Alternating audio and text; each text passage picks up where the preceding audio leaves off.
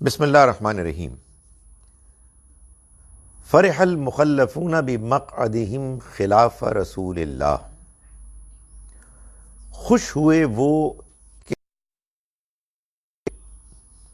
اپنے جگہوں پر اللہ کے رسول کے پیچھے انہیں چھوڑ کر، وَکَرِہُوا، اور انہوں نے ناپسند کیا اس بات کو کہ اَن یجاہدوا بِأَمْوَالِهِمْ وَأَنفُسِهِمْ، کہ وہ جہاد کریں اپنے مال اور اپنی جانوں کے ساتھ فی سبیل اللہ، اللہ کے راستے میں۔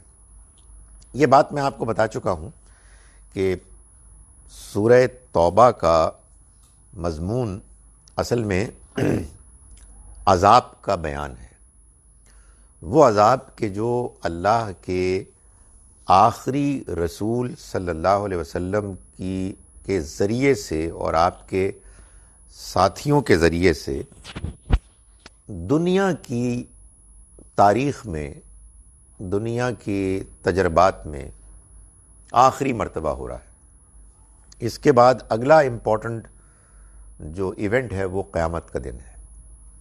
اللہ نے آخری مرتبہ اس دنیا میں ایک چھوٹی قیامت کو بھیجا رسول اللہ صلی اللہ علیہ وسلم کے ذریعے سے، جس میں اللہ کے رسول کے انکار کرنے والوں اور دشمنوں کو اللہ نے خود سے عذاب سے دوچار کیا۔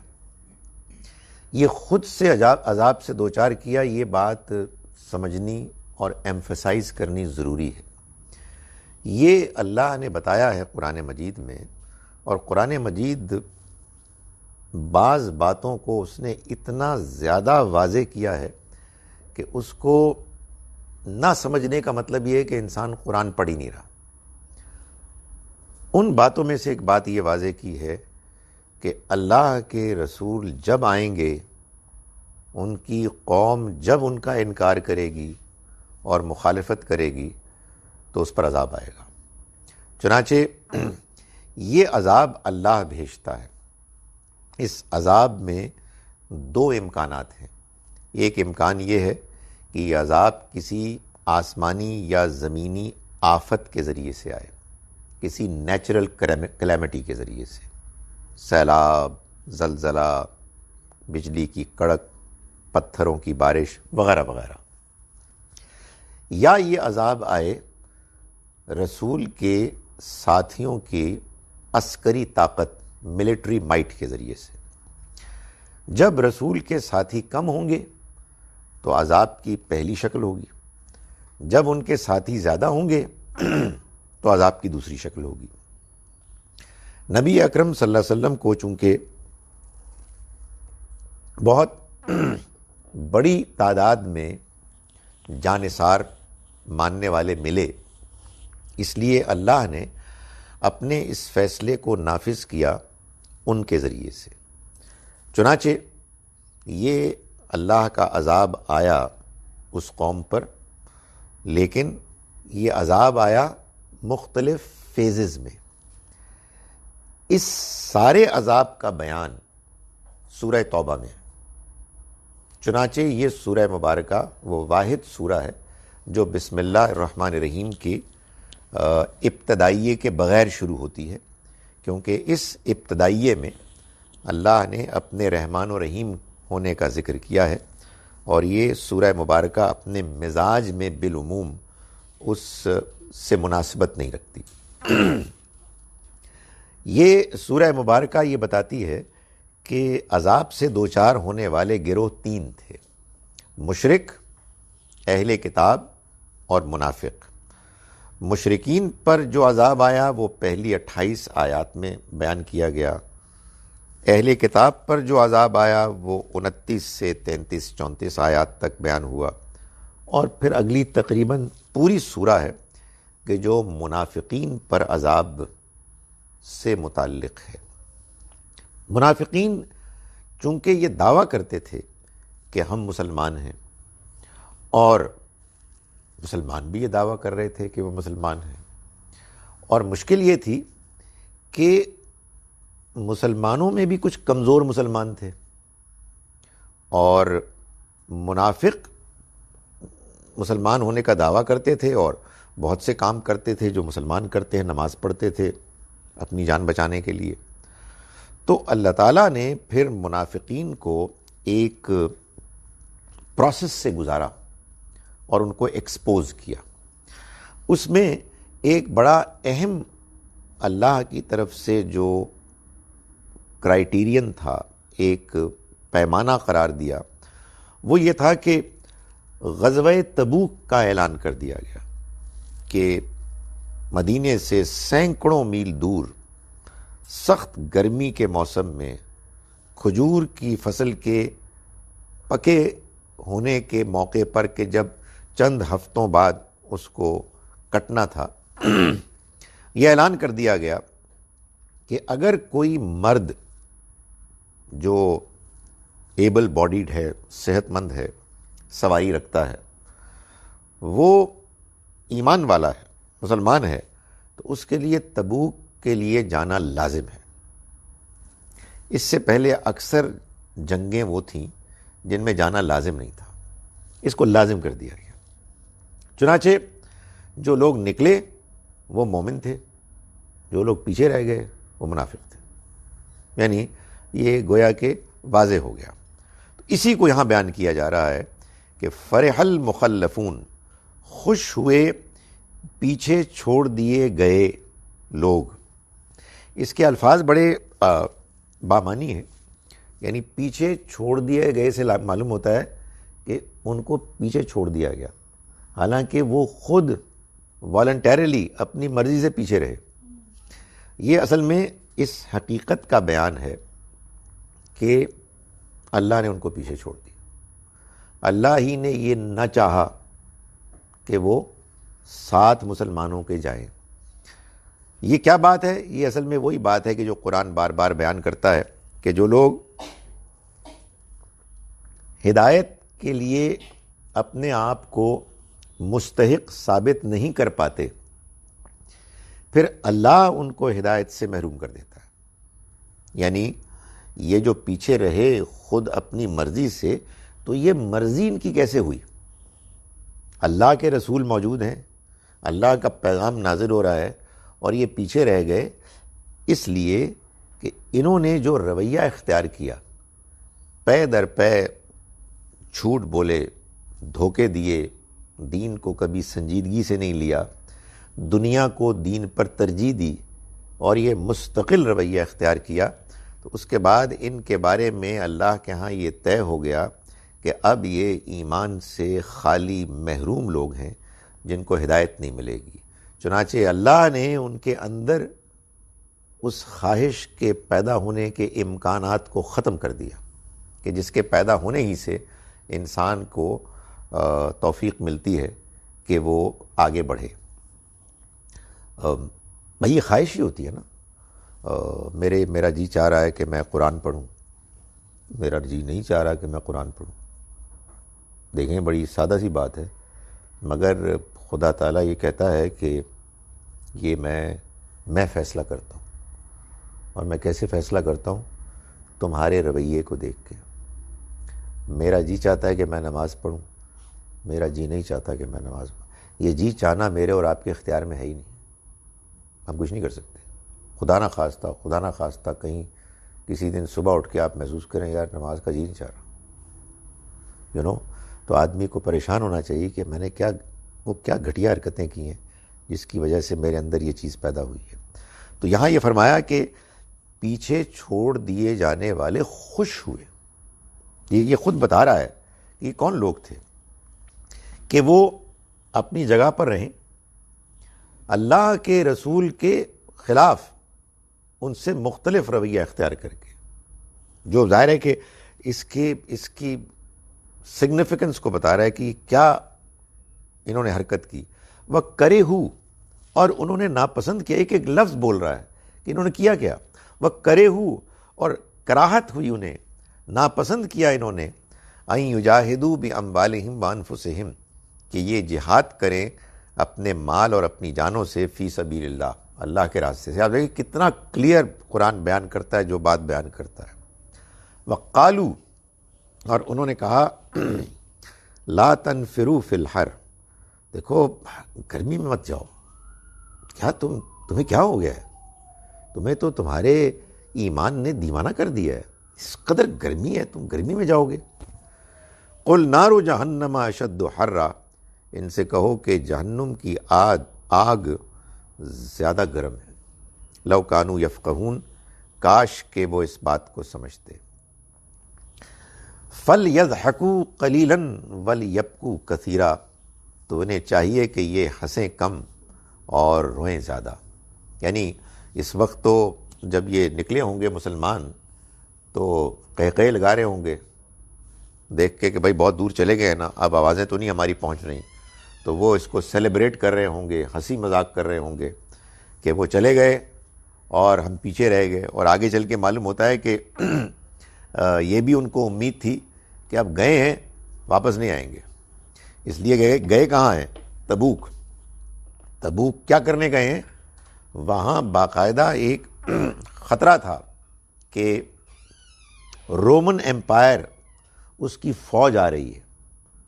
جب رومن ایمپائر میں انہوں نے حکمرانوں نے یہ محسوس کیا کہ یہ تو اب معلوم ہوتا ہے کہ عریبین پیننسلا میں ایک انقلاب آ رہا ہے اور یہ کچھ عرصے بعد ایک طاقت بن جائیں گے، تو اس سے پہلے کہ یہ طاقت بنے ان کو یہیں پر ختم کر دو۔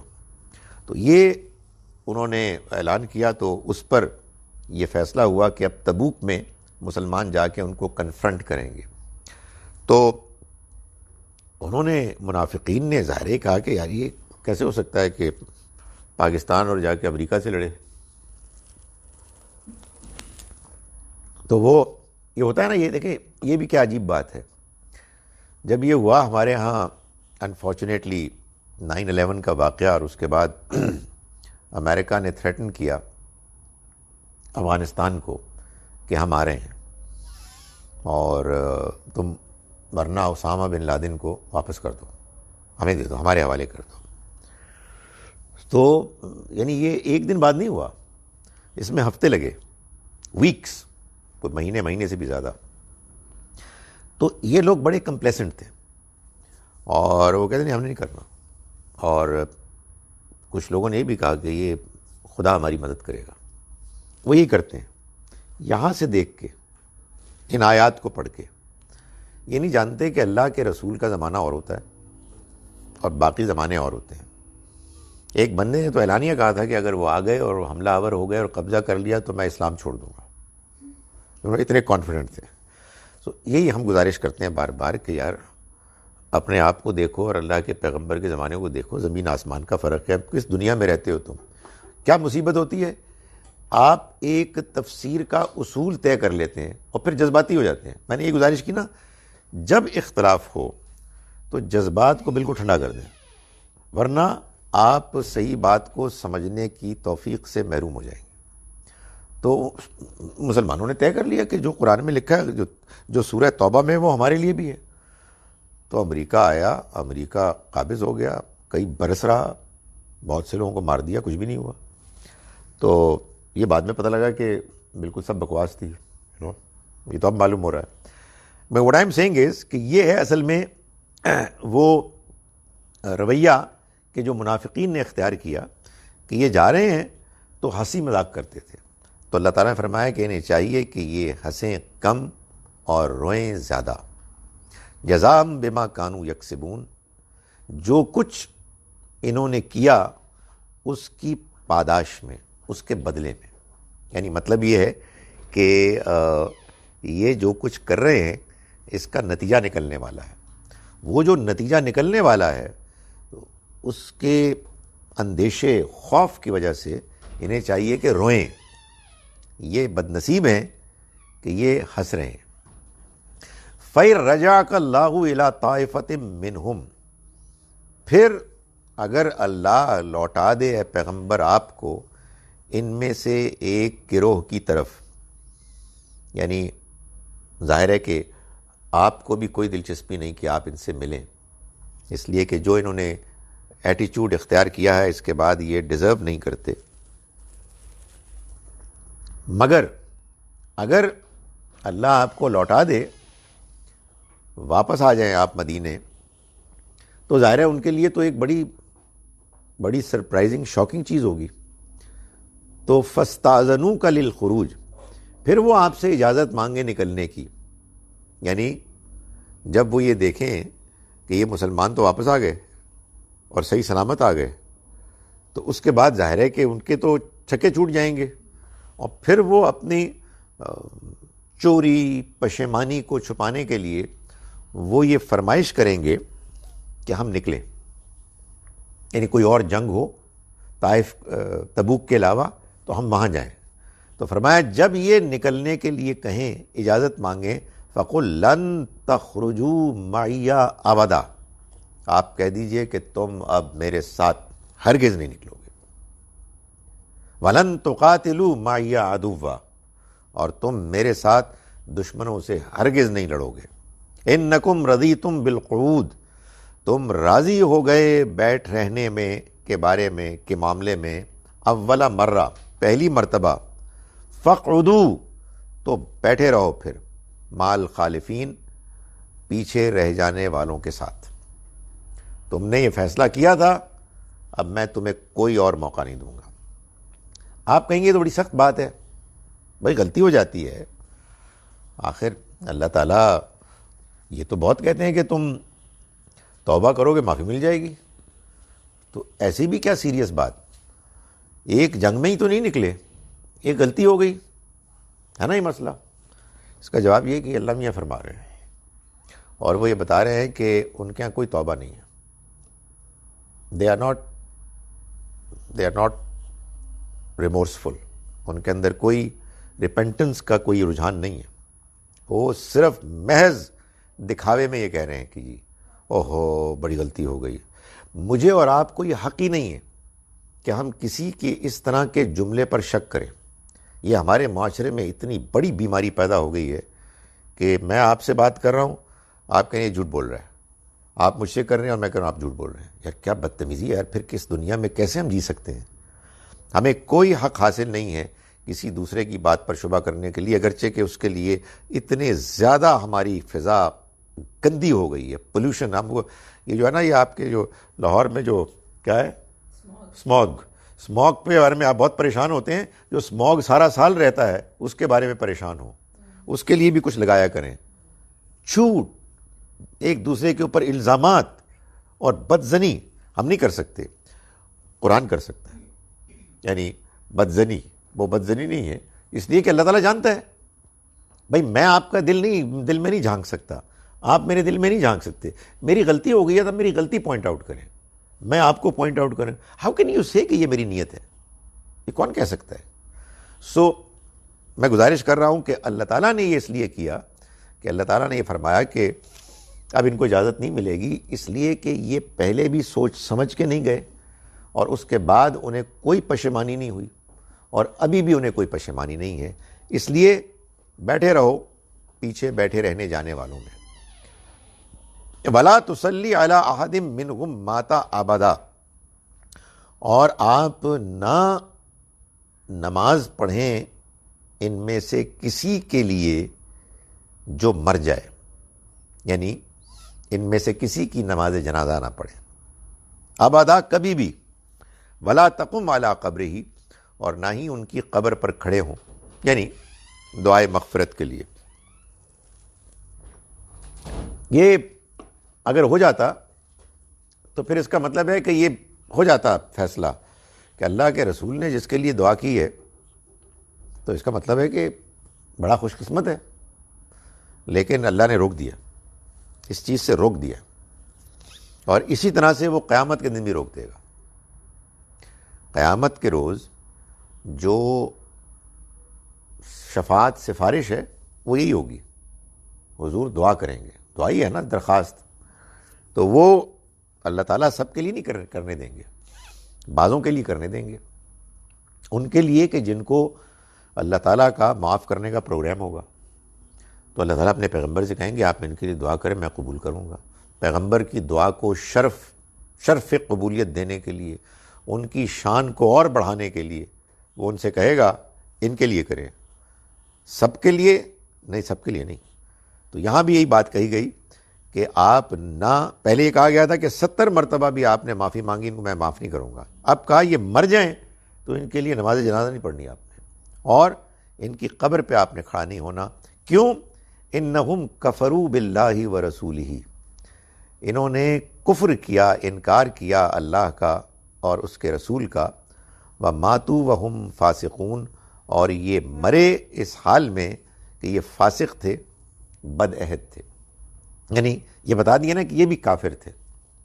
تو میں کہتا ہوں لوگوں کو کہ لوگ کہتے ہیں کافر جو ہوتا ہے وہ ہوتا ہے جو غیر مسلم ہوتا ہے، اور جو مسلمان ہوتا ہے مومن ہوتا ہے۔ یہاں اللہ تعالیٰ بتا رہے ہیں کہ یہ جو مسلمان ہیں، جو تمہارے اندر شامل ہیں، جو نمازیں پڑھتے ہیں، یہ کافر ہیں۔ انہم کفروا باللہ ورسولہ، یعنی انہوں نے حقیقت میں انکار کیا اللہ اور اس کے رسول کا، وماتوا وہم فاسقون، اور یہ مرے اس حال میں کہ یہ فاسق تھے، نافرمان، بد عہد تھے۔ بلا تعجبک اموالہم ولا اولادہم، آپ کو ان کا مال اور ان کی اولاد متاثر نہ کرے، یعنی اس کو وہ آپ کو امپریس نہ کرے، کوئی اہمیت نہ دے۔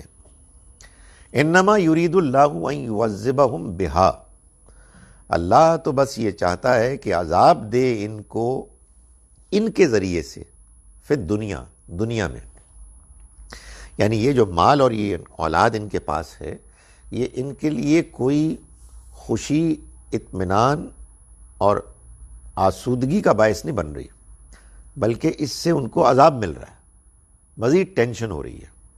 اس لیے کہ ظاہر ہے کہ مال اور اولاد انسان کے لیے خوشی، اطمینان کا باعث تو تب بنتے ہیں نا کہ جب ان کے وجود کی وجہ سے انسان کو اطمینان، طمانینت حاصل ہو۔ لیکن اگر ان کی وجہ سے انسان کو سارا وقت بے چینی ہو، اذیت ہو، تکلیفیں ہوں، تو اس سے امپریس ہونے کی کیا وجہ ہے؟ ان سے تو ہمدردی کرنی چاہیے کہ خدایا ان پہ رحم فرما، اتنا تو نے ان کو مال دیا ہے اور ایسی اولاد دی ہے، تو اللہ تعالیٰ تو ان پہ رحم فرما۔ تو فرمایا کہ یہ ہم لوگوں کی کوتاہی ہے کہ ہم سمجھتے ہیں کہ وہ بہت کامیاب ہیں اس لیے کہ ان کے پاس بہت ہے، اور وہ بہت ناکام ہے اس لیے کہ ان کے پاس کم ہے۔ نہیں، یہ کوئی خوشی، اطمینان، کامیابی کے کوئی کرائٹیریا ہے ہی نہیں۔ تو فرمایا کہ انما یرید اللہ ان یعذبہم بہا، اللہ تو بس یہ چاہتا ہے کہ وہ عذاب دے ان کو اس کے ذریعے سے، فی الدنیا، دنیا میں، وتزہق انفسہم، اور ان کی جانیں نکلیں، وہم کافرون، کفر کی حالت میں، کہ وہ کافر ہوں۔ یعنی یہ بھی ایک اللہ میاں کے غصے کا اظہار ہے۔ کہنے کا مطلب یہ ہے کہ اگر ہم ان کو کچھ تھوڑی سی تنگی دیتے، مشکلات دیتے، تو اس کا امکان تھا کہ ایمان لے آتے۔ اب چونکہ ہم نے یہ دیکھ لیا ہے کہ ان کے ایمان لانے کا کوئی امکان ہی نہیں ہے، تو اب ہم نے ان کو وہ آسودگی دی ہے کہ جس کے بعد اب ان کے اندر ایمان لانے کا سرے سے کوئی سوال ہی پیدا نہیں ہوگا، اسی میں یہ مگن رہیں گے اور اسی میں ان کو موت آئے گی۔ وَإِذَا أُنزِلَتْ سُورَةٌ، اور جب کوئی سورت نازل ہوتی ہے، ان آمنوا باللہ وجاہدوا مع رسولہ، اس پیغام کے ساتھ کہ تم ایمان لاؤ اللہ پر سچا اور جہاد کرو اس کے رسول کے ساتھ۔ یہ سچا میں نے ایڈ کیا ہے اس لیے کہ ایمان ایک ظاہری ایمان بھی ہوتا ہے، ایمان ایک ابتدائی ایمان بھی ہوتا ہے، اور ایمان ایک اعلیٰ سچا ایمان بھی ہوتا ہے۔ تو یہاں یہ اس ایمان کی بات ہو رہی ہے کہ جب کوئی صورت نازل ہوتی اس پیغام کے ساتھ کہ ایمان لاؤ اللہ پر سچا، وجاہدوا مع رسولہ، اور جہاد کرو اس کے رسول کے ساتھ، استأذنک اولو الطول منہم، تو اجازت مانگتے ہیں ان میں سے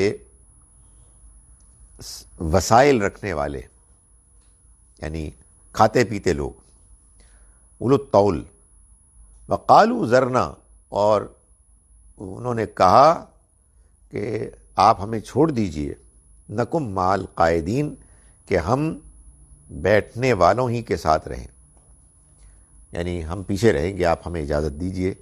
یہ ان لوگوں کا حال ہے.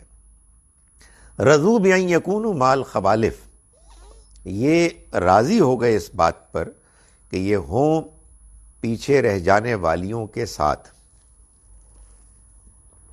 وَطُبِعَ عَلَىٰ قُلُوبِهِمْ، اور مہر کر دی گئی ان کے دلوں پر. فَهُمْ لَا يَفْقَهُونَ، تو اب یہ سمجھ نہیں سکتے، ان کو بات اب سمجھ میں نہیں آئے گی. یہ اللہ کا وہ قانون ہے جو قرآن میں بار بار بیان ہوا ہے، جس کو ہم عام طور پر قانون ہدایت سے تعبیر کرتے ہیں، کہ اللہ تعالیٰ کے ہاں ہدایت اور گمراہی کے معاملے میں ایک ضابطہ ہے، ایک قانون ہے، ایک لیڈ ڈاؤن ایک پروسیجر ہے. آپ نے اس کے دین میں دلچسپی لی، آپ کی ہدایت میں اضافہ ہوگا. اللہ تعالیٰ نے اس کو بیان کیا ہے کہ وہ ایمان میں اضافہ کرتا ہے، اور اگر آپ نے اس کے دین میں دلچسپی نہیں لی تو آپ کے ایمان میں کمی آ جائے گی. آپ نے دلچسپی کی کمی میں اور اضافہ کر دیا، ایمان میں اور کمی ہو جائے گی. آپ نے اس کا مذاق اڑانا شروع کر دیا، آپ نے باقاعدہ اس کی مخالفت شروع کر دی، ایمان ختم ہو جائے گا. ایک سادہ سا اصول ہے. تو اب کوئی شخص کیا کر رہا ہے، اس کے دو حصے ہیں، ایک اس کا ظاہر ہے اور ایک اس کا باطن ہے، اس کی نیت ہے. تو اللہ نیتوں کو جانتا ہے. تو جو لوگ مسلمانوں کے ساتھ تھے مگر تھے اصل میں دل سے مخالفت کرتے کرتے وہ وقت آ گیا کہ اللہ تعالیٰ نے کہا کہ ختم ہو گیا، اب ان کے دل میں ایمان نہیں جا سکتا. اور حقیقت یہ کیسے جا سکتا ہے بھائی، جس پیغام سے وہ دشمنی کر رہے ہیں. اور اس میں بھی یہ فیکٹر لگتا ہے، معلوم ہوتا ہے کہ دشمنی بھی دو طرح کی ہوتی ہے. ایک ہوتی ہے کہ بات ابھی سمجھ میں نہیں آئی، اور یہ لوگ کیا نئے لوگ ہیں، ہمارے پرانے دین کے مخالف بن کے آئے ہیں، ہمارے باپ دادا یہ کرتے تھے. یہ بیوقوفی کی باتیں ہیں، لیکن یہ اتنی سیریس غلطی نہیں ہے. اس میں گنجائش ہوتی ہے ابھی سمجھنے کی. اور ایک یہ کہ آدمی کو یہ کہے کہ یار باپ رے باپ، یار یہ تو ٹھیک ہے، دس سیمز رائٹ، مگر I don't want to accept it. اس کے بعد بہت مشکل ہے. مطلب آپ کو یہ اندازہ ہو گیا کہ یار یہ تو ٹھیک بات ہے، یہ تو وہی پیغمبر ہیں جن کو آنا تھا، ان کی باتیں تو ٹھیک ہو جاتی ہیں، یہ سچے انسان ہیں، لیکن میں نہیں ماننا. اب اس کے بعد کیا کیا جائے؟ اس کے بعد بھی آپ چاہتے ہیں کہ ہم کہیں کہ ان کے ساتھ نرمی ہونی چاہیے. بعض لوگ بڑے نیک ہوتے ہیں، کہتے نہیں اللہ میاں کو بالکل ناراض نہیں ہونی چاہیے. اللہ تعالیٰ ہماری طرح بیوقوف نہیں ہے، بہت نرم ہیں، بہت مہربان ہیں، بہت عنایت کرنے والے ہیں، بہت مغفرت کرنے والے ہیں. اس کا کیا کیا جائے بھائی کہ جو بندہ اکڑ گیا ہے، بات سمجھنے کے باوجود اکڑ گیا ہے، روشنی نظر آ گئی ہے اور وہ دیکھنے کے لیے تیار نہیں ہے، تو کب تک اس کو الاؤنس ملے گا؟ تو بات یہ ہے کہ نرم ہونا چاہیے آدمی کو، بیوقوف نہیں ہونا چاہیے. تو اللہ تعالیٰ نے ان کے بارے میں یہ فرمایا کہ ان کے لیے اللہ نے یہ فیصلہ کر لیا کہ ان کے دل اب ان کے اوپر زنگ لگ گیا ہے اور اب یہ نہیں سمجھیں گے. لیکن الرسول والذین آمنوا معہ جاہدوا باموالہم وانفسہم، البتہ رسول اور وہ لوگ کہ جو ان کے ساتھ ہیں، آمنو جو ایمان لائے، جاہدوا باموالہم وہ اپنے مال اور انفسہم اپنی جانوں کے ساتھ جہاد کرتے ہیں. یعنی معلوم ہوتا ہے کہ ان کے اندر چونکہ ایمان ہے تو ان کا ایمان پھر اس طرح سے ظاہر ہوتا ہے. وَأُولَٰئِكَ لَهُمُ الْخَيْرَاتُ، تو یہی ہیں کہ جن کے لیے رحمتیں ہیں. وَأُولَٰئِكَ هُمُ الْمُفْلِحُونَ، اور یہی ہیں کہ جو فلاح پانے والے ہیں. یہی ہیں کہ جن کے لیے خیرات ہیں، یعنی اللہ کی مہربانیاں ہیں، رحمتیں ہیں، عنایتیں ہیں، برکتیں ہیں. اور یہی وہ لوگ ہیں کہ جو فلاح پانے والے ہیں، اس لیے کہ انہوں نے بات کو سمجھ کر اس کو اختیار کیا، اس کے تقاضوں کو پورا کیا. اعد اللہ لہم جنات تجری من تحتہا الانہار، تیار کر رکھا ہے اللہ نے ایسوں کے لیے ایسے باغات تیار کر رکھے ہیں. تجری من تحتہا الانہار، بہتی ہیں جن کے نیچے نہریں، خالدین فیہا، وہ رہیں گے ان میں ہمیشہ، ذالک الفوز العظیم، یہ ہے بڑی کامیابی، یعنی یہ وہ کامیابی ہے کہ جس کامیابی کو چھوڑ کر یہ بد نصیب منافق اپنی دنیا کی اس کامیابی کے پیچھے پڑ گئے ہیں کہ جس کے بارے میں وہ اچھی طرح سے جانتے ہیں کہ وہ اگر ہے بھی تو چند دنوں کے لیے، اور وہ چند دن بھی نہ جانے کتنے چند ہیں، اس کو اختیار کر رہے ہیں اور اس کو چھوڑ رہے ہیں، تو اس کا اللہ کے ہاں کوئی اور فیصلہ نہیں ہے سوائے اس کے کہ ان کو پھر محروم کر دیا جائے ہمیشہ کے لیے۔ وَجَعَ الْمُعَذِّرُونَ مِنَ الْأَعْرَابِ لِيُؤْذَنَ لَهُمْ، اور آئے اعرابی، دیہاتی، ایک تو تھے نا مدینہ شہر کے لوگ اور ایک اس کے آؤٹ سکرٹس میں بدو تھے، وہ آئے لیؤذن لہم، تاکہ ان کو اجازت مل جائے۔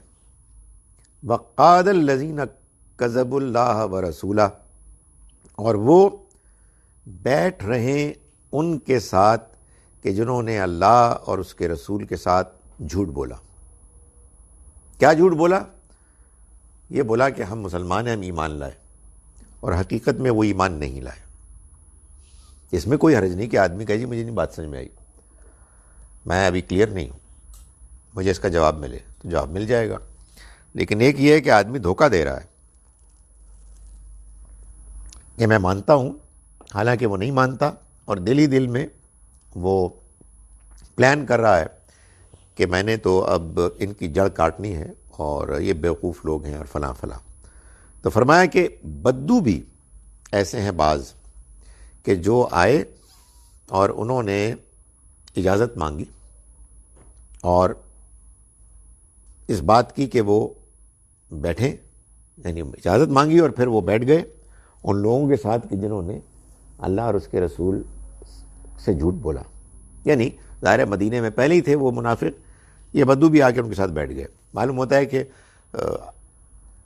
گرد و پیش میں بھی منادی دی گئی تھی کہ مسلمان جتنے ہیں وہ آئیں اور ساتھ شامل ہو جائیں۔ سیصیب الذین کفروا منہم، تو ان قریب ان میں سے جو لوگ انکار کرنے والے ہیں ان پر آئے گا عذاب علیم، ایک دردناک عذاب، ایک دردناک عذاب ان کو پکڑ لے گا۔ اس میں جو منہم کہا گیا ہے نا، اس کا مطلب یہ ہے کہ ظاہر ہے کہ جب آپ ایک پورے ٹولے میں ہوتے ہیں، ہم نے یہ دیکھا اپنی آنکھوں سے، ایک موب ہوتا ہے، اس میں آپ بھی چل رہے ہوتے ہیں بیوقوفوں کی طرح، حالانکہ آپ سوچیں گے what's going on, this is share madness, یہ کیا ہو رہا ہے، مگر اتنی ہمت نہیں ہوتی کہ آپ کہیں کہ میں نہیں جا رہا، تو آپ کو لپڑ پڑیں گے، جیسے آج کل ہم دیکھ رہے ہیں لپڑ مارتے ہیں وہ، پھر آپ کو تو بندہ ڈرتا ہے ایسے کہ یار مجھے میری پٹائی نہ ہو۔ تو یہ ان میں شامل نہیں ہے، کمزور ہیں یہ، تو اللہ تعالیٰ اس میں ایک ایک کے بارے میں الگ الگ فیصلہ کرے گا۔ تو فرمایا کہ یہ جو پیچھے بیٹھے رہنے والے ہیں، ان میں سے جنہوں نے کفر کیا ان کے لیے دردناک عذاب ہے، سب کے لیے نہیں ہے، سب کا کیس الگ الگ ہوگا۔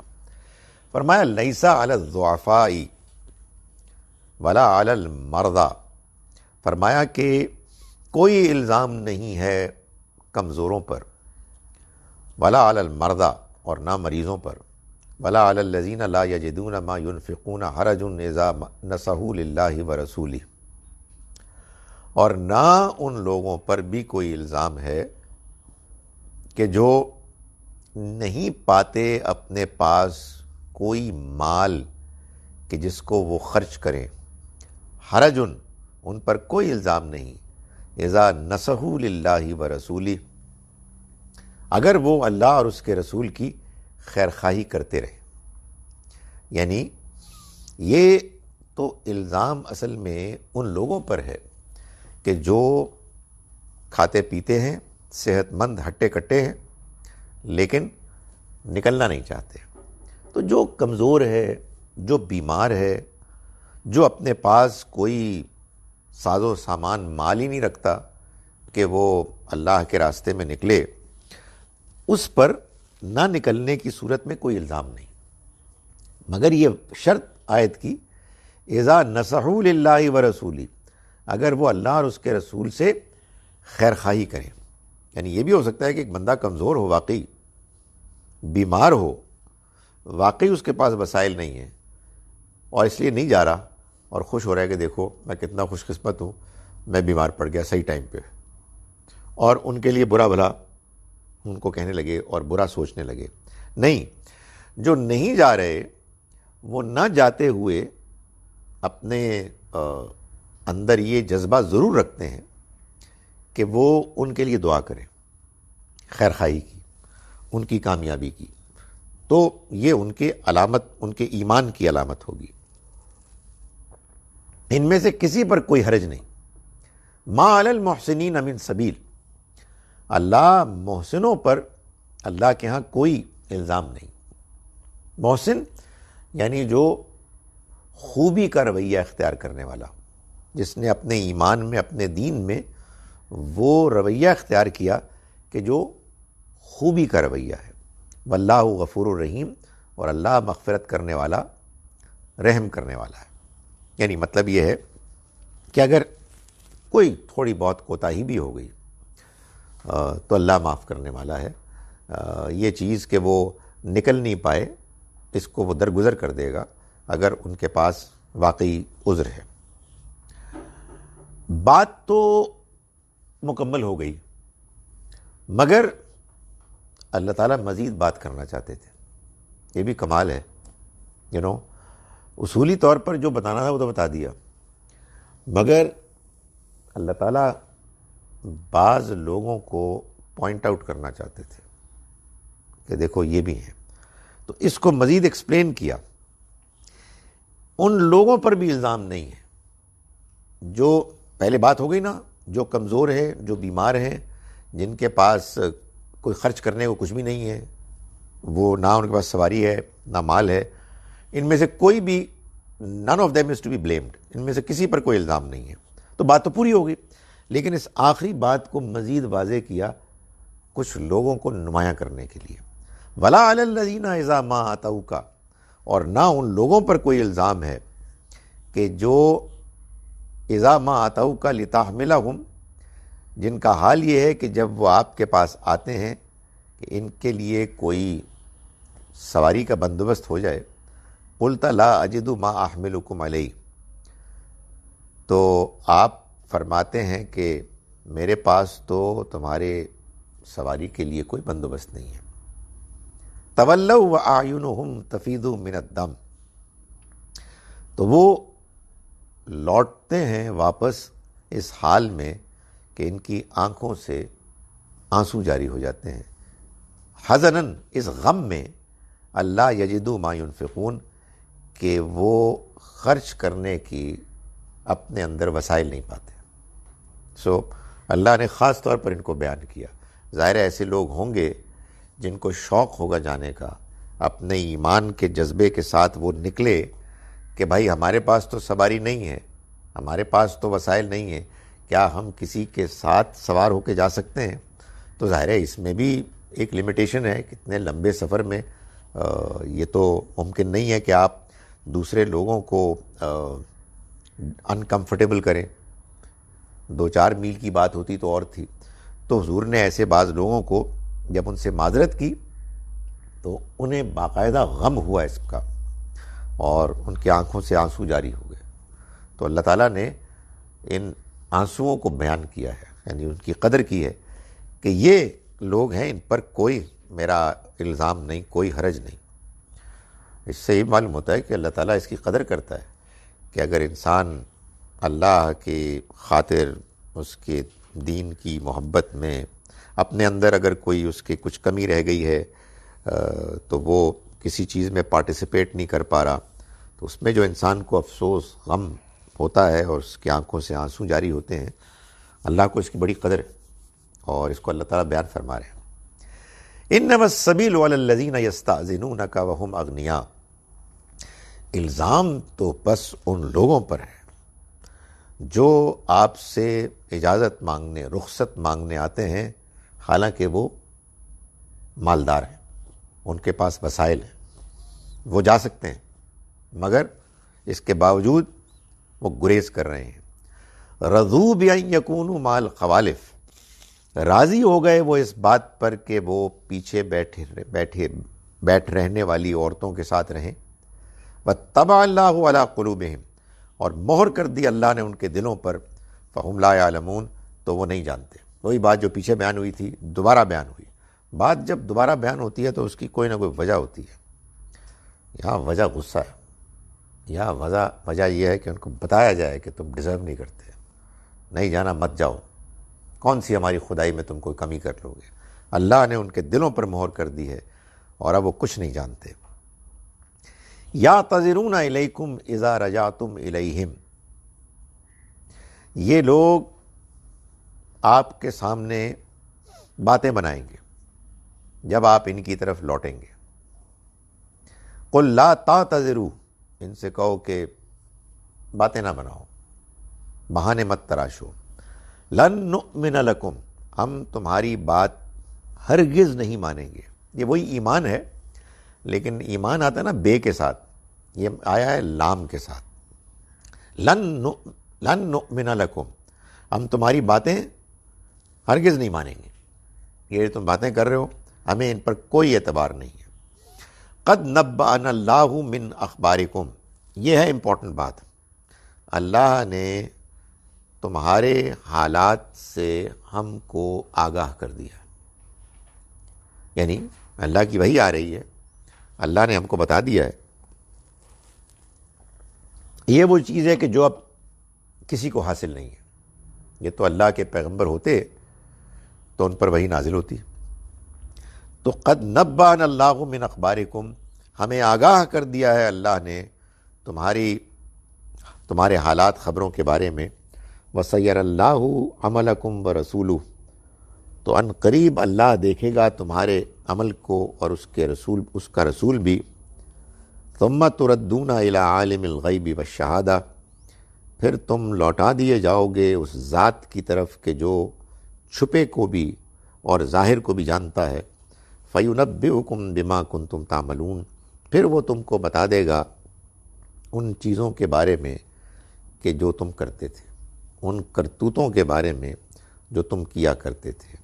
یعنی مطلب یہ ہے کہ ابھی کچھ اور دیر ہے اور ابھی کچھ اور موقع ملیں گے، کچھ اور واقعات ہوں گے، کچھ اور حالات آئیں گے،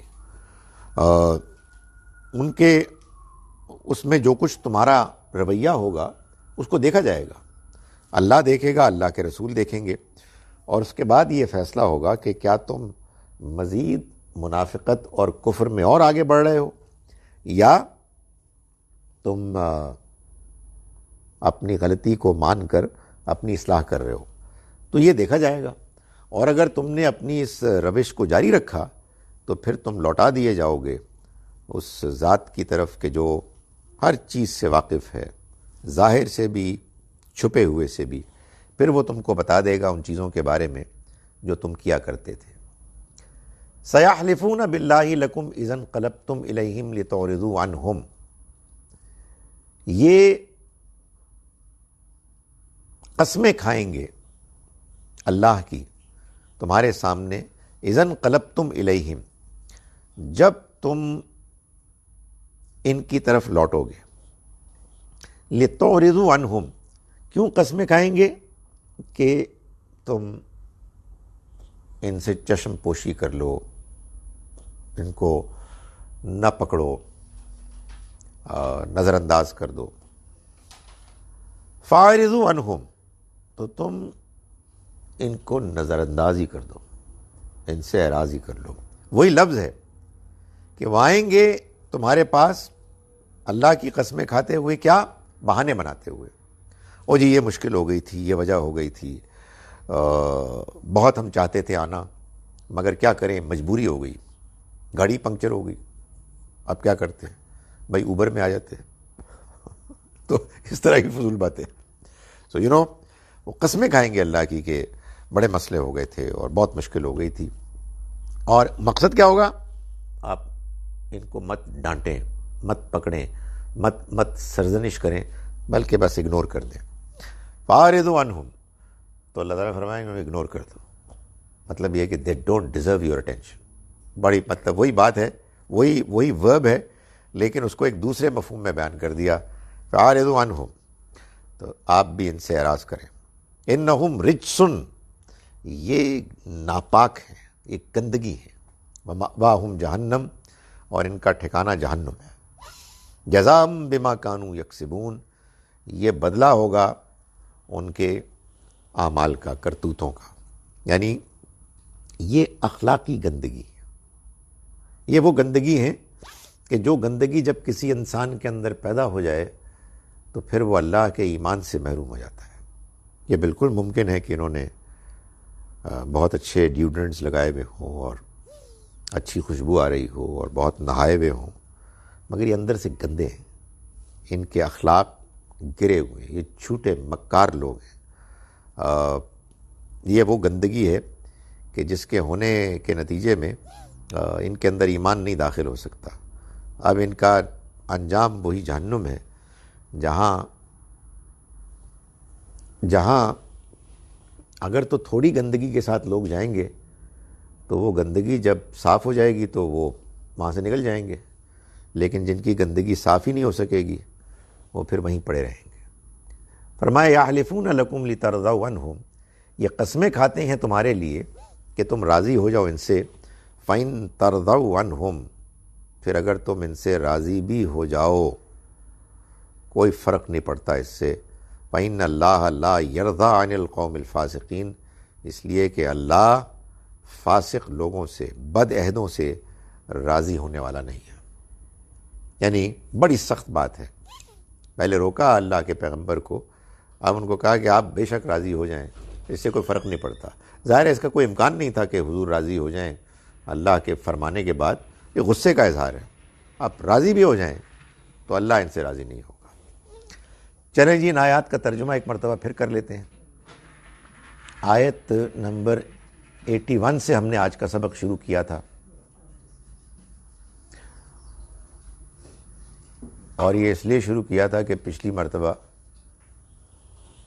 ہم نے جو سبق پڑھا وہ یہاں نہیں آ سکا, فیس بک پہ, اور ریکارڈ نہیں ہو سکا.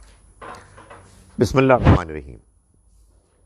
فرح المخلفون, خوش ہوئے پیچھے چھوڑ دیے جانے والے, بمقعدہم, اپنے بیٹھ رہنے پر, خلاف رسول اللہ, اللہ کے رسول کی مخالفت میں.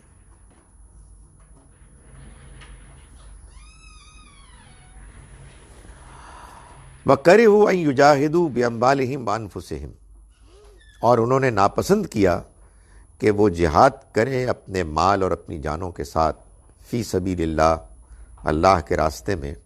وَقَالُوا, اور انہوں نے کہا, لا تنفروا فی الحر, تم مت نکلو گرمی میں. قل نار جہنم اشد حرا, کہہ دیجئے کہ جہنم کی آگ زیادہ گرم ہے. لو کانوا یفقہون, اے کاش کہ یہ سمجھتے. فلیضحکوا قلیلا, تو انہیں چاہیے کہ یہ ہنسیں تھوڑا. ولیبکوا کثیرا, اور روئیں زیادہ. جزاء بما کانوا یکسبون, جو کچھ یہ کرتوت کرتے رہے ہیں اس کے بدلے کے طور پر. فَإِن رَجَعَكَ اللَّهُ إِلَىٰ طَائِفَةٍ مِّنْهُمْ, پھر اگر لوٹا دے آپ کو اللہ ان میں سے ایک گروہ کی طرف. فَاسْتَأْذَنُوكَ, پھر وہ آپ سے اجازت مانگیں, للخروج, نکلنے کے لیے. فَقُلْ لَن تَخْرُجُوا مَعِيَّ أَبَدًا, تو آپ کہیے کہ تم ہرگز میرے ساتھ نہیں نکل سکتے. وَلَن تُقَاتِلُوا مَعِيَّ عَدُوًّا, اور تم ہرگز میرے ساتھ نہیں لڑ سکتے دشمن سے. اِنَّكُمْ رَضِيتُمْ بِالْقُعُودِ أَوَّلَ مَرَّةٍ, تم تو راضی ہو گئے بیٹھنے پر پہلی مرتبہ. فَاقْعُدُوا مَعَ الْخَالِفِينَ, تو پھر بیٹھو پیچھے رہنے والوں کے ساتھ. وَلَا تُصَلِّ عَلَىٰ أَحَدٍ مِّنْهُمْ مَاتَ أَبَدًا, اور اے پیغمبر آپ نہ نماز پڑھیں، نماز جنازہ پڑھیں ان میں سے کسی ایک کی بھی جو مر جائے کبھی بھی، ولا تقم علی قبرہ، اور نہ ہی ان کی قبر پر کھڑے ہوں دعائے مغفرت کے لیے۔ انہم کفروا باللہ، یہ وہ لوگ ہیں کہ جنہوں نے کفر کیا اللہ کا، ورسولہ، اور اس کے رسول کا، انکار کیا ان کا، وماتوا وہم فاسقون، اور وہ مرے اس حال میں کہ وہ نافرمان تھے، بدعہد تھے۔ ولا تعجبک اموالہم ولا اولادہم، اور نہ آپ کو متاثر کرے ان کا مال اور ان کی اولاد۔ انما یرید اللہ ان یعذبہم بہا فی الدنیا، اللہ تو صرف یہ چاہتا ہے کہ وہ ان کو عذاب دے ان کے ذریعے سے دنیا میں، وتزہق انفسہم وہم کافرون، اور ان کی جانیں نکلیں اس حال میں کہ یہ کافر ہوں۔ وَإِذَا أُنزِلَتْ سُورَةٌ أَنْ آمِنُوا بِاللَّهِ وَجَاهِدُوا مَعَ رَسُولِهِ، اور جب کوئی صورت اترتی ہے اس پیغام کے ساتھ کہ تم ایمان لاؤ اللہ پر سچا اور جہاد کرو اس کے راستے میں، استاذنک اولو الطول منہم، تو اجازت مانگتے ہیں آپ سے کھاتے پیتے لوگ ان میں سے، قالو، اور انہوں نے کہا، بقالو، اور انہوں نے کہا، ذرنا، چھوڑ دیں ہم کو، نکم مال قائدین، کہ ہم بیٹھے رہنے والوں میں شامل ہو جائیں، ان کے ساتھ رہیں۔ رضو بأن یکونوا مع الخوالف، یہ راضی ہو گئے اس بات پر کہ پیچھے رہنے والی خواتین کے ساتھ یہ رہیں۔ وطبع علی قلوبہم، اور ان کے دلوں پر مہر کر دی گئی، فہم لا یفقہون، تو یہ نہیں سمجھتے۔ لیکن الرسول والذین آمنوا معہ، مگر رسول اور وہ لوگ کہ جو ایمان لائے ان کے ساتھ، جاہدوا باموالہم وانفسہم، انہوں نے جہاد کیا اپنے مال اور اپنی جانوں کے ساتھ۔ واولئک لہم الخیرات، یہ لوگ ہیں کہ جن کے لیے رحمتیں ہیں، برکتیں ہیں۔ واولئک هم المفلحون، یہی لوگ ہیں کہ جو فلاح پانے والے ہیں۔ اعد اللہ لہم جنات تجری من تحتها الانہار، تیار کر رکھے ہیں اللہ نے ان کے لیے ایسے باغات کہ بہتی ہوں گی جن کے نیچے نہریں، خالدین فیہا، وہ ہمیشہ رہیں گے ان میں۔ ذالک الفوز العظیم، یہ بڑی کامیابی ہے۔ وجاء المعذرون من الاعراب، اور آئے دیہاتی بھی، بہانے بنانے والے، لیؤذن لہم، کہ ان کو اجازت مل جائے۔ وقعد الذین کذبوا اللہ ورسولہ، اور بیٹھ رہے وہ ان لوگوں کے ساتھ کہ جنہوں نے اللہ اور اس کے رسول سے جھوٹ بولا۔ سیصیب الذین کفروا منہم، تو ان قریب پہنچے گا ان لوگوں کو کہ جنہوں نے انکار کیا ان میں سے، عذاب علیم، ایک دردناک عذاب۔ لیس علی الضعفاء، نہیں ہے کوئی الزام ان پر کہ جو کمزور ہیں، ولا علی المرضى، اور نہیں ان پر کہ جو بیمار ہیں، ولا علی الذین لا یجدون ما ينفقون، اور نہ ہی ان پر کہ جو نہیں پاتے اپنے پاس کوئی مال کہ جس کو وہ خرچ کر سکیں، حرج ان میں سے کسی پر کوئی الزام نہیں۔ اذا نصحوا للہ ورسولہ، جب کہ وہ اللہ اور اس کے رسول کی خیر خواہی کرتے رہیں۔ ما علی المحسنین من سبیل، عمدہ رویہ اختیار کرنے والوں کے اوپر کوئی الزام نہیں۔ واللہ غفور الرحیم، اللہ مغفرت کرنے والا، رحم کرنے والا ہے۔ ولا علی الذین اذا ما اتوک لتحملہم، اور نہ ان لوگوں پر کوئی الزام ہے کہ جن کا معاملہ یہ ہے کہ یہ جب آپ کے پاس آتے ہیں، لتحملہم، کہ آپ ان کے لیے کوئی سواری کا انتظام کریں۔ قلت لا اجد ما احملکم علیہ، اور آپ کہتے ہیں کہ میرے پاس تو تمہاری سواری کے لیے کوئی انتظام نہیں ہے۔ تولوا اعینہم تفیض من الدم، تو وہ لوٹتے ہیں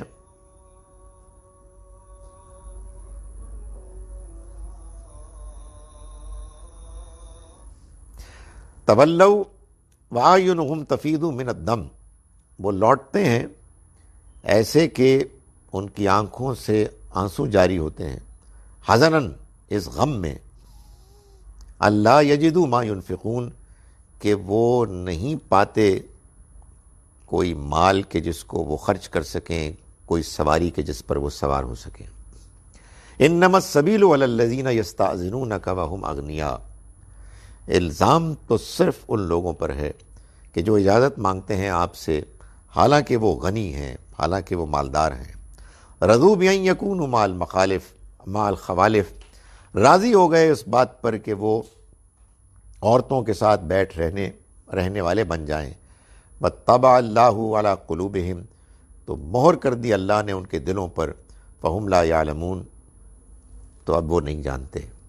یعتذرون الیکم، وہ بہانے بناتے ہیں آپ کے پاس، وہ بہانے بنائیں گے آپ کے پاس، اذا رجعتم الیہم، جب آپ لوٹیں گے ان کی طرف، قل لا تعتذروا، ان سے کہیے کہ بہانے مت بناؤ، لن نؤمن لکم، ہم ہرگز نہیں بات مانیں گے تمہاری، قد نبأنا اللہ من اخبارکم، اللہ نے ہمیں تمہارے حالات سے باخبر کر دیا ہے، وسیر اللہ عملکم ورسولہ، تو ان قریب اور دیکھے گا اللہ اور اس کا رسول تمہارے عمل کو، ثم تردون الی عالم الغیب والشہادہ، پھر تم لوٹا دیے جاؤ گے اس ذات کی طرف کہ جو چھپے اور ظاہر کو جاننے والا ہے، فینبئکم بما کنتم تعملون، پھر وہ تمہیں بتا دے گا کہ تم کیا عمل کرتے تھے۔ سیحلفون باللہ لکم اذا انقلبتم الیہم لتعرضوا عنہم، یہ قسمیں کھائیں گے اللہ کی آپ کے سامنے، تمہارے سامنے مسلمانوں، جب تم لوٹو گے ان کی طرف کہ تم ان کو نظر انداز کر دو، فاعرضوا عنہم، تو تم ان کو نظر انداز ہی کر دو، اگنور کر دو۔ انہم رجسن، یہ گندگی ہیں، ومأواہم جہنم، اور ان کا ٹھکانہ جہنم ہے، جزام بما کانوا یکسبون، وہ ملے گا ان کو بدلے میں ان اعمال کے کہ جو یہ کیا کرتے تھے۔ یحلفون لکم لترضوا عنہم، یہ قسمیں کھاتے ہیں تمہارے سامنے کہ تم راضی ہو جاؤ ان سے، فَإِن ترضوا عنہم، پھر اگر تم راضی بھی ہو گئے ان سے، یہ میں نے شاید بات کی تھی کہ یہ حضور سے خطاب ہے، نہیں، یہ سب مسلمانوں سے خطاب ہے، واحد نہیں ہے، پھر تم اے مسلمانوں راضی بھی ہو جاؤ ان سے، فَإِنَّ اللَّهَ لَا يَرْضَىٰ عَنِ الْقَوْمِ الْفَاسِقِينَ، تو اس سے کوئی فرق نہیں پڑے گا، اس لیے کہ اللہ نہیں راضی ہوگا ان لوگوں سے کہ جو نافرمان ہیں، بد عہد ہیں۔ اقول قولی ھذا واستغفر اللہ لی۔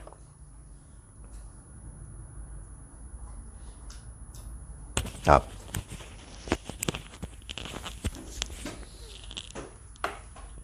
جی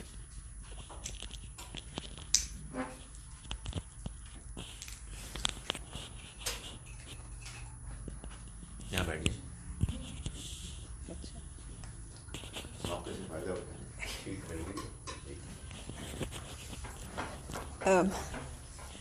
doctor Khalid, I have two questions. ایک تو آپ جب کہتے ہیں کہ حدیث should be written in the foot note of the قرآن، یہ آپ پلیز ذرا ایکسپلین کر دیں۔ And the other thing is کہ when we make mistakes and we commit sins, چھوٹے بڑے whatever, and we do توبہ اینڈ وی کیپ ڈوئنگ توبہ، اینڈ آپ نے بھی ہر دفعہ کہا ہے کہ بھئی تو اللہ چاہتا ہے کہ تم توبہ کرتے رہو۔ When do you reach a stage when you feel کہ جی ٹھیک ہے اللہ نے میری توبہ ایکسیپٹ کر لی ہے اینڈ اللہ نے مجھے معاف کر دیا اینڈ آئی کین اسٹاپ؟ آپ کی میں کلپس جو دیکھتی ہوں، I think it was in your last class, some lady asked you this question who like me seems to be very sensitive, and she said that میں ہر دفعہ توبہ کرتی ہوں بٹ مجھے یہ کبھی فیل نہیں ہوتا کہ بھئی ٹھیک ہے اللہ نے میری توبہ ایکسیپٹ کر لی ہے، نہیں۔ اینڈ دین یو سیڈ کہ بھئی اللہ تو رحمان اور رحیم ہے، why don't you just accept it and go ahead. Then later she said, but then I sit down and I cry and over my mistakes and I cry and I keep on thinking about this. تو اس پہ آپ نے جواب دیا کہ I think the word you used, اللہ نے آپ کو اگر توفیق دی ہے تو آپ یہ کرتے رہا کریں.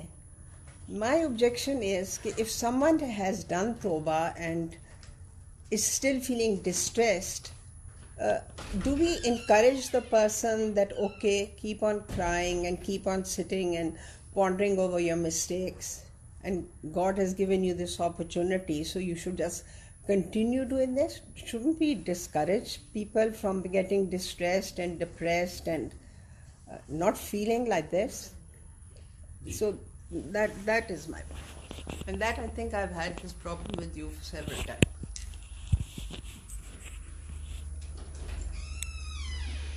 پرابلم تو اصل میں آپ کے ساتھ تھی, میرا تو صرف جواب تھا. اچھا جی, گزارش یہ ہے کہ قرآن مجید کو حدیث کو قرآن اور سنت کا فٹ نوٹ سمجھنا چاہیے. کا مطلب یہ ہے کہ حدیث اصل میں انسانوں نے جمع کی ہے, قرآن اور سنت مجھے اجازت دیجیے اللہ نے جمع کیا. وہ اللہ کا کام ہے, یہ بندوں کا کام ہے. بندوں کا کام کتنا ہی قیمتی کیوں نہ ہو, وہ اللہ کے کام کے مقابلے میں کھڑا ہو ہی نہیں سکتا. یہ بات مسلمانوں کو سمجھانی ذرا مشکل ہو گئی ہے. میں رسول اللہ صلی اللہ علیہ وسلم کے سامنے کھڑا ہوں اور میں حضور سے پوچھوں کہ یہ فرمائیے کہ اس آیت کا کیا مطلب ہے, تو آپ جو بھی فرمائیں گے میں کہوں گا کہ صدقتہ, آپ نے صحیح فرمایا, اس کا یہی مطلب ہے, کوئی اور مطلب نہیں ہو سکتا. میں نے ان کو اللہ کا رسول مانا ہے, انہوں نے میرے سامنے یہ بات فرما دی ہے, اس کے بعد میری کیا مجال ہے کہ میں اس کا کوئی اور مطلب سمجھوں. زیادہ سے زیادہ یہ ہو سکتا ہے کہ میں کوئی اور سوال کروں, تھوڑی سی اور وضاحت کر دیں, اس میں یہ بھی پہلو ہے. آپ رسول اللہ کے پاس گئے اور آپ نے کہا کہ رسول اللہ اس آیت کا یہ مطلب بیان فرما رہے ہیں. مجھے حق حاصل ہے کہ میں آپ سے ٹھوک بجا کے سوال پوچھوں کہ جی یہ فرمایا تھا, آپ کو اچھی طرح یاد ہے, آیت میں تو یہ کہا گیا ہے. تو یہ حدیث اس کو کہتے ہیں کہ اصل میں نے نہیں سنا, کسی اور نے سنا ہے. جب وہ کسی اور نے سنا ہے تو پھر اب ہم کو یہ دیکھنا ہے کہ بھائی سنا بھی ہے کہ نہیں سنا, اور اگر سنا ہے تو صحیح سنا ہے کہ نہیں سنا, اور اگر صحیح سنا ہے تو اس کا پورا سیاق سباق دیکھ لیا گیا یا نہیں دیکھا گیا. تو اس وجہ سے حدیث کے بارے میں یہ نہایت ضروری ہے کہ اس کو قرآن کی روشنی میں, سنت کی روشنی میں, اس کے فٹ نوٹ کی حیثیت سے میں آپ سمجھیں. میں قرآن پر تو میں کئی مرتبہ بیان کر چکا, میں سنت کے بارے میں آپ کو بتا رہا ہوں ایک مثال دے کر کہ ابھی میرے سے کسی نے اس بارے میں بحث کی تو میں ان کو یہ جواب دے رہا ہوں کہ بات یہ ہے کہ جو رفع یدین ہے وہ حدیث میں بہت آیا.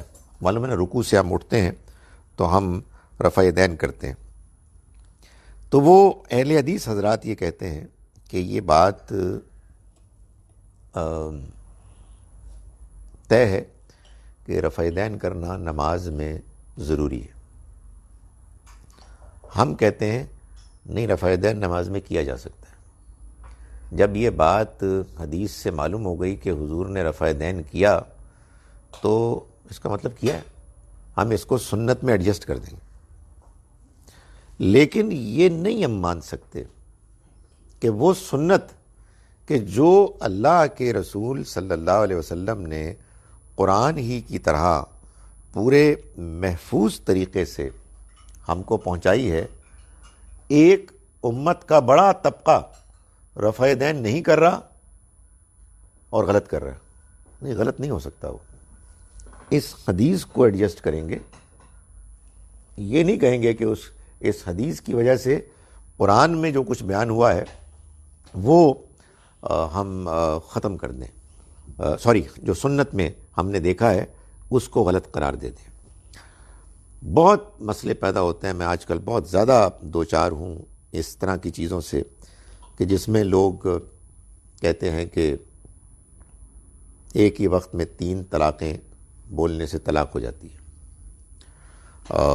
اور اس سے اتنے مسائل ہیں، آپ کو اندازہ ہی نہیں ہے کتنے مسائل ہیں. آنیسٹلی جتنے میں 2-3 ایسے لوگ ہیں جو مجھے 20 مرتبہ پوچھ رہے ہیں واقعی نہیں ہوئی، شور نہیں ہوئی ہے. پھر ان کو خیال آتا ہے، پھر سو کے اٹھتے ہیں، پھر پوچھتے ہیں. اس لیے کہ لوگوں نے دماغ خراب کر دیا ان کا. ظاہر ہے ایک بیچاری عورت کو یہ آپ ایسا کریں کہ یار آپ تو ناجائز، آپ کا تو اب تعلق ہے، آپ you are not married any more. So یہ کیا ہے؟ یہ کہیں کوئی ادھر سے بات سنی، کوئی ادھر سے بات سنی، اور قرآن میں جو طریقہ بیان کیا گیا ہے اس طریقے کو اصل نہیں مانا گیا. سو جب میں یہ کہتا ہوں کہ آپ کو حدیث کو قرآن کا فٹ نوٹ ماننا ہے تو اس کا مطلب یہی ہے کہ اس کو قرآن کی روشنی میں مانا جائے. یہ بات کہ میں بار بار کہہ چکا ہوں کہ مردوں کا پائنچا، شلوار کا، تہمت کا، پاجامے کا، پتلون کا ٹخنوں سے نیچے ہوگا تو وہ حصہ کہ جو نیچے ہوگا وہ آگ میں جائے گا، یہ حدیث میں آیا ہے. آگے چل کے حدیث نے واضح بھی کر دیا کہ تکبر کے ساتھ.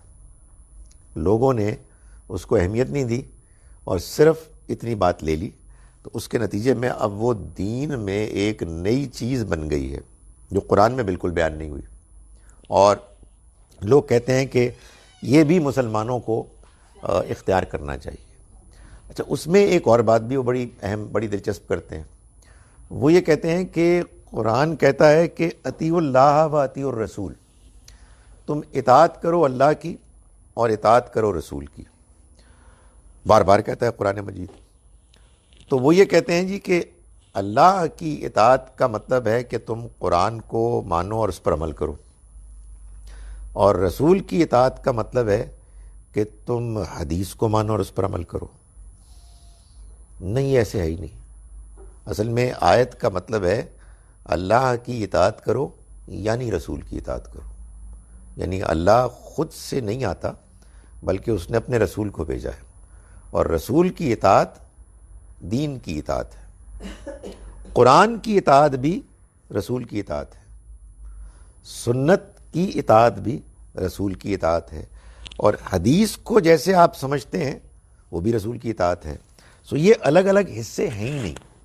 تو حدیث کو آپ اگر یوں مانیں گے کہ اس میں الگ سے دین کا ایک حصہ بیان ہوا ہے الگ سے، تو پھر آپ یہ مان رہے ہیں کہ اللہ نے اپنے دین کو پہنچانے کا جو طریقہ اختیار کیا اس میں اس نے یوں کیا کہ دین کا ایک حصہ تو تمام صحابہ کرام کو مل گیا، تمام تابعین کو مل گیا، تمام تبع تابعین کو مل گیا، یعنی قرآن، نماز، روزہ، حج، زکوٰۃ وغیرہ. اور ایک حصے کے بارے میں اللہ نے یہ اسکیم بنائی کہ یہ بعد میں جا کے کوئی 3 صدی میں میرے مسلمانوں کو سب کو ملے گا. نہیں، یہ نہیں ہو سکتا. یہ دین پر ہم اپنی، آپ کہیے کیا، نادانی میں ایک اتنا بڑا الزام خود بیان کر رہے ہیں کہ جس کو پھر لوگ سنیں گے اور کہیں گے اچھا پھر آپ کے یہاں بھی یہی مسئلہ ہے جیسے ہمارے یہاں مسئلہ ہے. کچھ چیزیں مل گئیں، کچھ چیزیں نہیں ملیں، لوگوں نے بڑی محنت کر کے ڈھونڈ لیں. نہیں، جو انہوں نے محنت کی بڑی قیمتی ہے، اس کی قدر کرنی چاہیے، مگر اس سے دین میں اضافہ نہیں ہوا. دین کی وضاحت ہوئی ہے، دین کی شرح ہوئی ہے، دین میں فرع ہوئی ہے. وہ کام کہ جو علماء بھی کرتے ہیں، کر سکتے ہیں، لیکن ظاہر ہے کہ پیغمبر نے اگر کیا ہے تو اس کی بات ہی اور ہے، تو ہم اس کی اس روشنی میں سمجھیں گے.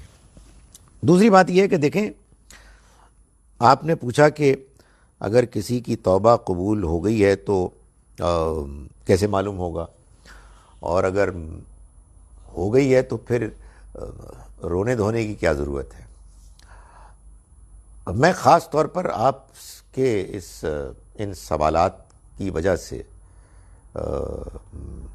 اوروں نے بھی اب کرنے شروع کر دیے ہیں، میں اس نتیجے پہ پہنچا ہوں کہ واقعی رونے 2 طرح کے ہوتے ہیں. ایک رونا جو مطلوب ہے اور ایک رونا جو مطلوب نہیں ہے، جو بیماری ہے۔ مجھے اصل میں پچھلے 1-2 دنوں میں ایسے کچھ میسیجز ملے جس میں میں نے بھی محسوس کیا کہ یار یہ تو آپ رونا بند کریں، دس از ٹو مچ، آپ اپنی زندگی پر بات کر رہے ہیں۔ بھائی بات یہ کہ اپنے گھر میں اچھی طرح سے رہیں، خوش رہیں، آپ شوہر کے ساتھ، بچوں کے ساتھ۔ یہ کیا ہے کہ آپ ایک چیز آپ کو ایسی ذہن میں پڑ گئی ہے، اب شیطان آپ کو ورگلا رہا ہے کہ تمہارے خدا نے کوئی معاف نہیں کیا، صبح بھی رو رہے ہیں، دوپہر کو بھی رو رہے ہیں، رات کو بھی رو رہے ہیں، تو بھائی آپ نے اللہ میاں کو کیا غفور الرحیم مانا؟ میں جس رونے کو بہت مطلوب کہہ رہا ہوں، اور جو آج اس کی ہمیں سورہ توبہ میں بھی اس کا بیان ملا ہے، اللہ اس کو بہت پسند کرتا ہے کہ بندے کے اندر ایک پشیمانی ہوئی، کسی موقع پر اس کو احساس ہوا کہ یار میں نہیں کر سکا، ایک رشک میں اس کے آنکھوں سے آنسو جاری ہو گئے۔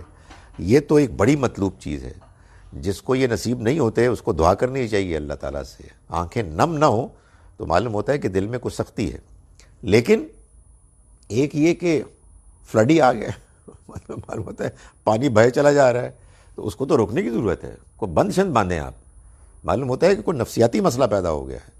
تو ان دونوں کے درمیان ایک بیلنس ہونا چاہیے۔ معلوم کیسے ہوگا؟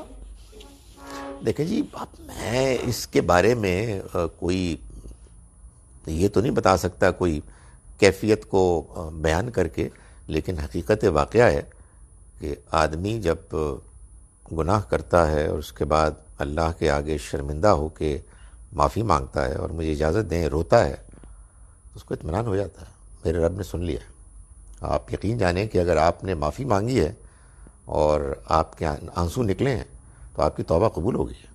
اور کیا چاہتے ہیں آپ؟ مطلب اللہ تعالیٰ یہ خود کہتا ہے کہ اے پیغمبر آپ میرے ان بندوں سے کہہ دیجئے کہ جنہوں نے اپنی جانوں پر زیادتی کی ہے، لا تقنطوا من رحمت اللہ، اللہ کی رحمت سے مایوس نہ ہو، انہ یغفر الذنوب جمیعا، وہ تمام گناہ معاف کر دیتا ہے، انہ هو الغفور الرحیم، وہ مغفرت کرنے والا، رحم کرنے والا ہے۔ لیکن اس نے ساتھ یہ بھی کہا ہے کہ اس کی طرف رجوع کرو اور اس کے فرما بردار بن جاؤ، اس سے پہلے کہ تمہاری اچانک پکڑ ہو جائے، تمہارا وقت آ جائے اور پھر تم کو مزید مہلت نہ ملے۔ سو آپ نے کوئی غلطی کی، غلطی پر آپ کو ندامت ہوئی، آپ نے اس ندامت کا اظہار اللہ کے سامنے کر دیا، آپ کا دل ہلکا ہو گیا، آپ نے فیصلہ کیا کہ میں آئندہ نہیں کروں گا، نہیں کروں گی، اور اس کے لیے آپ نے تدبیر شروع کر دی، آپ کی توبہ قبول ہو گئی۔ پھر آپ نے وہی غلط کام کیا، پھر توبہ کریں۔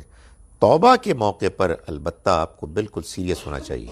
یہ نہ ہو کہ آپ کہیں کہ جی میں اصل میں پچھلے 6 مہینے کے گناہوں پر توبہ کرنے تو عمرہ کرنے آ گیا ہوں، لیکن پلان یہ ہے کہ پھر جو اگلا عمرہ ہوگا دسمبر میں انشاءاللہ، اس سے پہلے پھر اپنے دل کھول کے اور کروں گا۔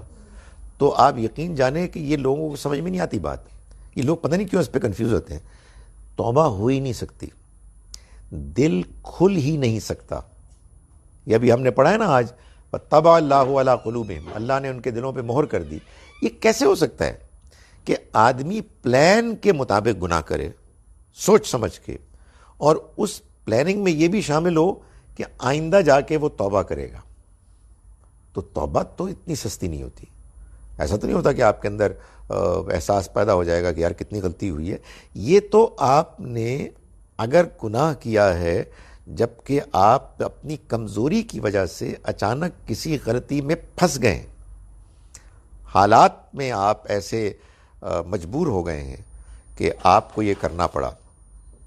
جب آپ نے سوچ سمجھ کر گناہ کیا تو سوچ سمجھ کے گناہ کے بعد میں کوئی آخری بات نہیں کہتا کہ اس پہ آپ کو موقع نہیں ملے گا، اللہ بڑا غفور الرحیم ہے، میری ساری امیجنیشن سے زیادہ مغفرت کرنے والا، رحم کرنے والا ہے، لیکن چانسز آپ اپنے بہت کم کر دیتے ہیں۔ سو جان بوجھ کر کبھی کوئی غلط کام نہیں کرنا چاہیے، سوچ سمجھ کے ٹھنڈے دل سے۔ یعنی کبھی کبھی وہ خیال آتا ہے کہ آدمی سے جب کمزوری کے موقع پر جو چیز سرزد ہوتی ہے، جب وہ اس کمزوری سے نکلتا ہے، ہم سب کی زندگی میں، آئی ڈونٹ نو میں سب کیوں کہہ رہا ہوں، مطلب میں اپنی بات کر رہا ہوں، میری طرح کے لوگ بہت زیادہ ہیں۔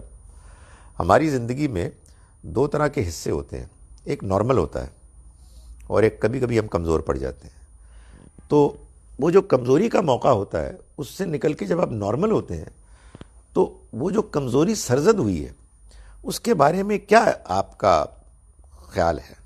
یار بڑا اچھا کیا میں نے، نہیں اللہ مجھے معاف کرے گا، آئندہ کبھی نہ ہو، بہت میں شرمندہ ہوں، کتنی گھٹیا حرکت ہو گئی، پتہ نہیں کیا ہو گیا، یہ ہونا چاہیے، اور اللہ سے معافی مانگیں، تو اللہ معاف کر دے گا، اور یہ اللہ کا وعدہ بہت کافی ہے۔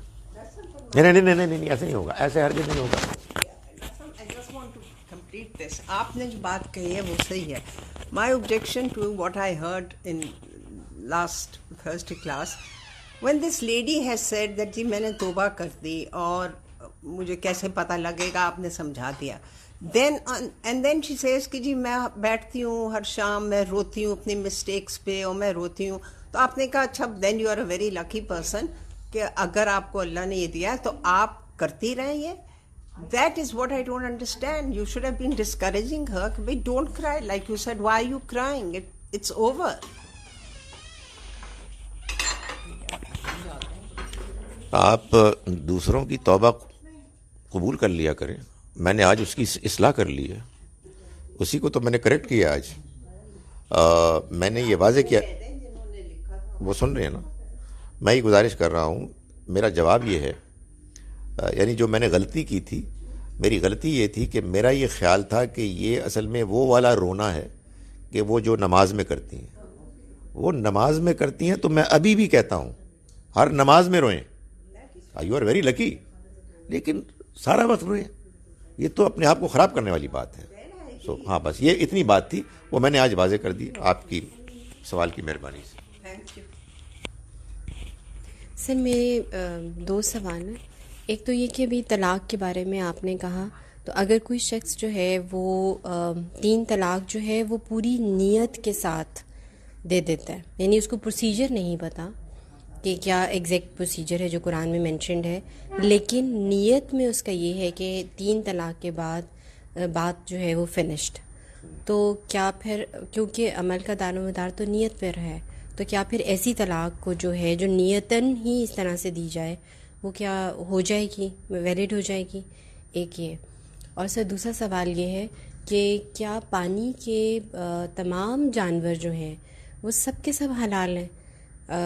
کیونکہ اب لوگ کریبس بھی کھا رہے ہیں، شرمپس بھی کھا رہے ہیں، اسنیلز بھی کھا رہے ہیں، کافی چیزیں اس طرح کی، اور اس کے علاوہ اور بھی بہت ساری پانی کی جو مخلوق ہے جو ہے وہ مطلب وہ ساری کی ساری حلال ہے. اور پانی کی مخلوق کو حلال مطلب اس کو اس طرح سے ہمیں کیوں نہیں وہ کیا گیا کہ مطلب ٹھیک ہے کہ پانی کی جو جانور ہے وہ تمہارے لیے حلال ہے، اس میں حکمت کیا ہے؟ دیکھیں، اللہ تعالیٰ نے جس چیز کو حرام قرار دیا ہے وہ ہے مردار. یہ جو پانی کے جانور ہوتے ہیں ان کو زبان میں بھی عام انڈرسٹینڈنگ میں بھی مردار نہیں سمجھا جاتا، اگرچہ کہ جب یہ پکڑے جاتے ہیں تو ان میں سے بہت سے وہ ہوتے ہیں کہ جو مر چکے ہوتے ہیں. کیا وجہ ہے؟ بظاہر ایسا لگتا ہے کہ جو خشکی کے جانوروں میں مردہ ہونے کے نتیجے میں ان کے جسم میں خون باقی رہ جاتا ہے، یہ معاملہ شاید پانی کے جانوروں میں نہیں ہوتا. پانی کے سارے ہی جانور حلال ہیں. ہمارے ہاں اس میں بڑا اختلاف ہے. شافعی فقہ اس میں بہت فراخ دل ہے اور حنفی فقہ اس میں بہت ریسٹرکشنز لگاتی ہیں. میں اس کی تفصیل نہیں جانتا، صرف ایک اصولی بات کرتا ہوں. اگر آپ کو یہ معلوم ہو کہ پانی کا کوئی جانور درندگی اختیار کرتا ہے، گوشت خور ہے، جیسے مثال کے طور پر یہ کہتے ہیں کہ شارک تو ہے، تو پھر وہ جائز نہیں ہوگی. لیکن عمومی بات یہی ہے کہ جو پانی کے جانور ہیں وہ ایسے نہیں ہوتے. جہاں کہیں ایسا ہو، آپ کو کلیئر انڈیکیشن ہو، تو آپ اس کو کنزیوم نہ کریں. طلاق کا جہاں تک معاملہ ہے، بات یہ ہے کہ طلاق ایک بڑا مسئلہ ہے کہ یہ میں نے بہت سنا ہے لوگوں سے، اور ظاہر ہے لوگوں کا یہی کنسرن ہوتا ہے، خاص طور پہ خواتین کا، کہ جن کو کہ طلاق دی جاتی ہے. وہ کہتے ہیں طلاق ہو گئی، اس کا مطلب شاید ان کے یہاں یہ ہوتا ہے کہ اب کیا وہ اللہ کی طرف سے ڈیسیشن ہو گیا کہ جس کے بعد اب یہ میرا شوہر نہیں ہے، کیا وہ لمٹ کراس ہو گئی جس کے بعد اب میرا اس کے ساتھ رہنا ناجائز ہو گیا؟ اصل میں لوگ شاید یہ جملہ اس لیے بولتے ہیں کہ طلاق ہو گئی، یعنی مطلب یہ ہے کہ وہ کام ہو گیا جس کے بعد واٹ ایور جو دروازہ تھا وہ بند ہو گیا، یا دروازہ بند نہیں ہوا، ہمیں تو نظر نہیں آ رہا، لیکن کیا ایسا واقعی ہو گیا؟ دیکھیں میں یہ گزارش کروں کہ جس کو آپ کہتے ہیں نا کہ طلاق ہو گئی، یہ دو ہی صورتوں میں ہو سکتی ہے۔ ایک، جو قرآن نے طلاق کا پروسیجر بیان کیا ہے وہ فالو کر لیا گیا اور اس کے بعد طلاق ہو گئی، یعنی مطلب شوہر نے بیوی کو طلاق دی اس ارادے کے ساتھ کہ وہ اس کو طلاق دے رہا ہے، قرآن کے بیان کے مطابق عدت کا لحاظ رکھ کے، اپنے گھر میں اس کو رکھ کے عدت گزرتی ہے، اور وہ پھر عدت کے بعد رخصت ہو جاتی ہے جیسے قرآن نے بیان کیا ہے، طلاق ہو گئی، اب وہ آزاد ہے کسی اور سے شادی کرے، چاہے اس سے کر لے۔ لیکن اگر یہ طلاق دے، عدت کے دوران اس سے رجوع کر لے، اس کو اللہ نے ایک نکاح میں جو 2 طلاق دینے کا موقع دیا تھا، جس کو قرآن نے کہا طلاق و مرتان، طلاق تو یہ 2 مرتبہ ہوتی ہے، تو ان میں سے 1 مرتبہ ہو گئی، اب اس کے پاس اسی نکاح میں ایک دوسرا امکان ہے کہ وہ طلاق دے اور رجوع کرے، اس نے وہ بھی کر کے رجوع کر لیا، یہ دوسری طلاق ہو گئی۔ اب اگر یہ تیسری مرتبہ طلاق دے کے اس کو عدت میں رکھتا ہے تو اب یہ اس کو واپس نہیں لے سکتا۔ یہ ہے اصل میں خدا کا قانون۔ اس قانون کے مطابق اگر کوئی طلاق دے کر تیسری مرتبہ دیتا ہے تو کوئی طریقہ نہیں ہے کہ یہ اب واپس آ سکتی ہے۔ پہلی 2 کیسز میں، پہلی طلاق کے بعد، دوسری طلاق کے بعد، اگر بیوی عدت کے بعد رخصت ہو جاتی ہے اور وہ اس کو رجوع نہیں کرتا تو پھر دوبارہ نکاح کر سکتے ہیں آپس میں، یہ ایک طریقہ ہے۔ دوسرا طریقہ یہ ہے کہ ملک کے قانون نے ڈکلیئر کر دیا کہ آپ کی طلاق ہو گئی، ملک ظاہر مسلمان ملک ہو اور وہ شریعت کو سمجھ کے اپنے پوائنٹ آف ویو سے کر رہا ہوں، بھئی ہمارے آپس میں اختلاف ہو سکتا ہے نا، جیسے ہمارے ہاں بھی یہ قانون بنا ہے، ایک ریلیجس پوائنٹ آف ویو کو سامنے رکھ کے کہ یونین کاؤنسل کی طرف سے بیوی کو نوٹس جاتا ہے۔ یہ بھی انفارچونیٹ بدتمیزی ہے کہ بیوی بھی گھر چھوڑ کے چلی جاتی ہے اور شوہر صاحب بھی اس کو گھر میں نہیں رکھتے، جو خدا کے دین قرآن کے بیان کی سری خلاف ورزی ہے، لیکن ہے انفارچونیٹ مسئلہ۔ تو وہ نوٹس جاتا ہے اس کو 1 مہینے کے بعد، دوسرے مہینے کے بعد، تیسرے مہینے کے بعد، وہ جو ان کی میٹنگ کا موقع ہوتا ہے اس کے خاتمے کے بعد یونین کاؤنسل میں جو آفیشل ہے، کاؤنسلر ہوایور، وہ ایک ڈاکومنٹ لکھتا ہے، جاری کرتا ہے، جس میں کہ طلاق کے ہو جانے کا حکم ہوتا ہے، ہو گئی طلاق۔